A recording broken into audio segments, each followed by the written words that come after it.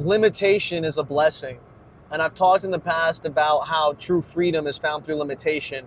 But I want to give you another example of how limitation is such a deep blessing and how necessary it is for understanding at all.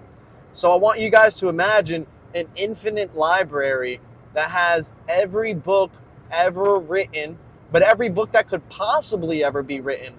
And not only every book that could ever possibly be written, but every variation of that book as well, right? So it's like you got the same book, but with one character difference, or literally one letter difference. So of the same book, you have an infinite amount of versions of that same book.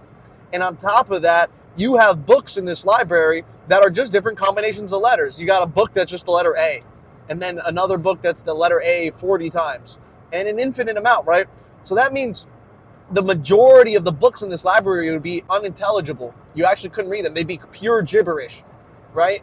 And to even find a book that you could digest that would be readable and understandable, much less have something of value to add, would be like near impossible to do, right? So when you can curate your information, right?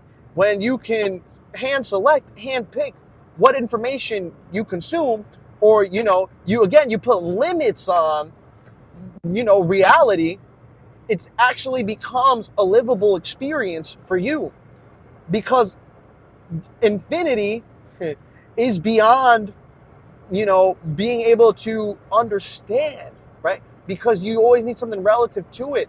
So when you have infinite, when you have no limitations, there is no place for understanding, right? Please grasp this. This goes so deep, right?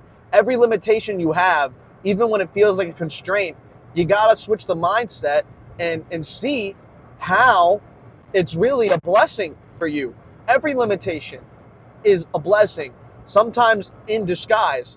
But, if you can look beyond the surface of it, you'll see how every limitation is truly a blessing. Until next time, my friends, stay happy, stay healthy, stay blessed, and stay connected. Peace out.